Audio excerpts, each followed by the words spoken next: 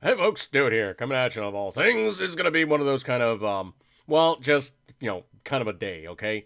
Coming to you post St. Patty's Day, and I decided to take on a project. The project I took on is very simply this, and it is very simply one of these things. That's right, it is another, that's right, it's another Techna, let me see if I can't do this correctly. It's another Techna survival knife. Basically, you got the flashlight on board. This one is kind of more of a little bit of a, work in project, okay? Work in process, shall I say. The flashlight on board is actually a working flashlight. Does have still the lithium Techna battery on board. So a 123 lithium battery that still says Techna. So this thing is all original. That said, it has had not the easiest of life. I bought it off of eBay, charitably without the sheath. So all that stuff is missing. I contacted a company known as Tech Tight, which is the current retailer for all the Techna stuff, and the wonder and the glory is they still have some spare parts. Normally, they don't sell the spare parts, but I asked them if they would be willing to part with one, and they said for $60 I can buy the sheath with all the goodies underneath. Now, case in point, you look at the blade geometry on this, it's not correct. Okay, it's actually missing about a quarter inch or so of blade. Reason being, I bought this with this.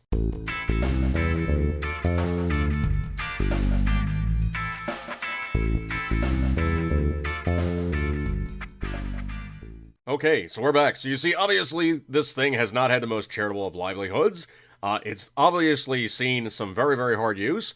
And obviously, I had to re-change the blade geometry. Let me get my arm out of the way of the microphone. I had to re-change the blade geometry. So essentially, it was removing the part that broke off the easiest. Read like the very, very, very slender bit of the point. Now, I'm not going to cry about that, okay? Because that's actually what it did was dude actually did me a favor. What he actually did was he put wear into this thing and he showed a part where this thing really, truly was showing a weak point. Literally, a weak point. That is not a mistake to state that phrase because literally it was a weak point. Charitably, these blades are hardened and they take a really decent edge, but they tend to be a little unforgiving for side load and bending. If you get them to bend, they don't bend back, they snap. So, case in point, would I ever actually put this thing in a situation where I'd be prying on it? No, it is not that kind of a knife. Is it actually going to be something I use for field use? Yes, probably it is actually going to be something I'd actually do field. Case in point, I do actually need to come up with a sheath arrangement. The only downside is it does have saw teeth.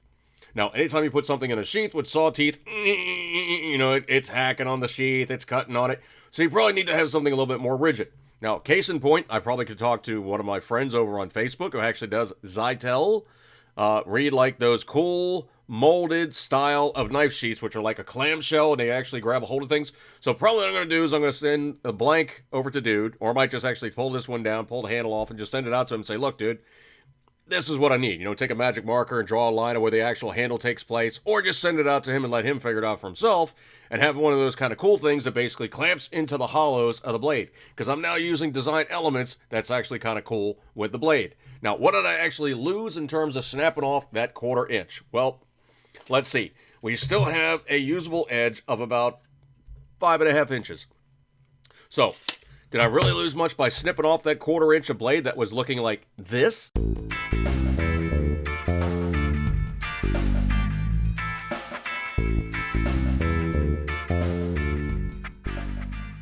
No. Truthfully, what I have is I have something that went from this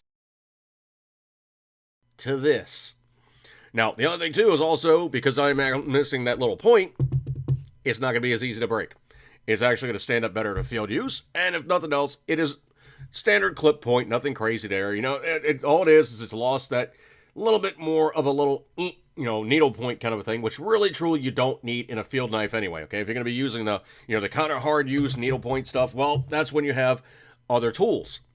Case in point, there's a lot of stuff that the AWL will do on a Swiss Army knife that you simply just can't do with a field knife because the point is just way too blunt. So literally, you can take this thing, stick it into something, ming, ming, ming, ming, ming, ming, ming. Got the hole, have lashing holes, all the rest of the good stuff like that there. And this can stand up to being used for exactly what it's going to be used for. Now, actually, could this thing actually be lashed on and used as a spear? Yeah, you could do that, but that's just stupid, okay? Because then what happens is you're putting a lot more force into a knife, which really truly doesn't need to be done.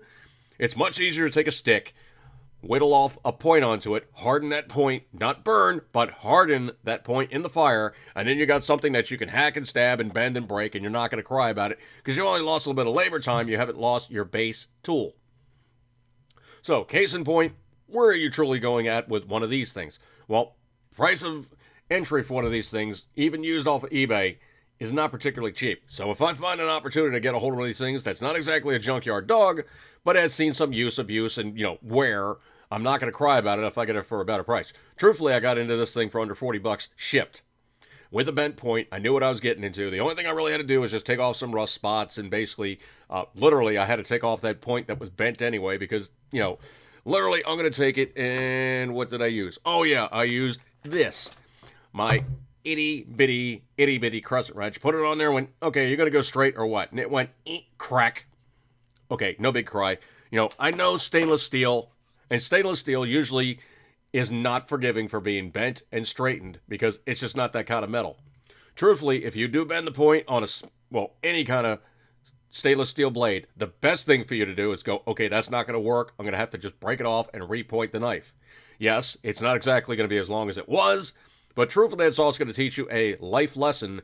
Do not put your knife in a situation like that where you literally can depoint the thing and do stupid stuff to it. Now, the case in point is, this is still obviously a very usable piece. It is still obviously a very, very decent piece. The base metal has been not terribly terrorized. And yes, you can actually put a shaving edge on a Tekna survival knife. You just saw it right in front of you guys, okay? It will actually shave if you're kind and charitable, and you actually do put the time and effort in to be nice to your knives. So on this one, folks, I think I'm going to break off. Don't be afraid to buy a knife that is not 100% off of eBay or from some guy's knife area in like a flea market or in a gun show or something, because truthfully, the wear and tear that's put into it can drop the price to the point where it's actually more affordable and you still can use it for what it's worth. Because to go from the base element of this thing completely being perfect and having all the parts on board, yeah, that's cool, but I got like 3 or 4 of those things already. I'm not going to cry. I actually wanted something that I could use, so I'm literally not going to cry by having something that's already got a little bit of wear built on board, and it's going to be me continuing to use the thing and not being a basket case or a safe queen.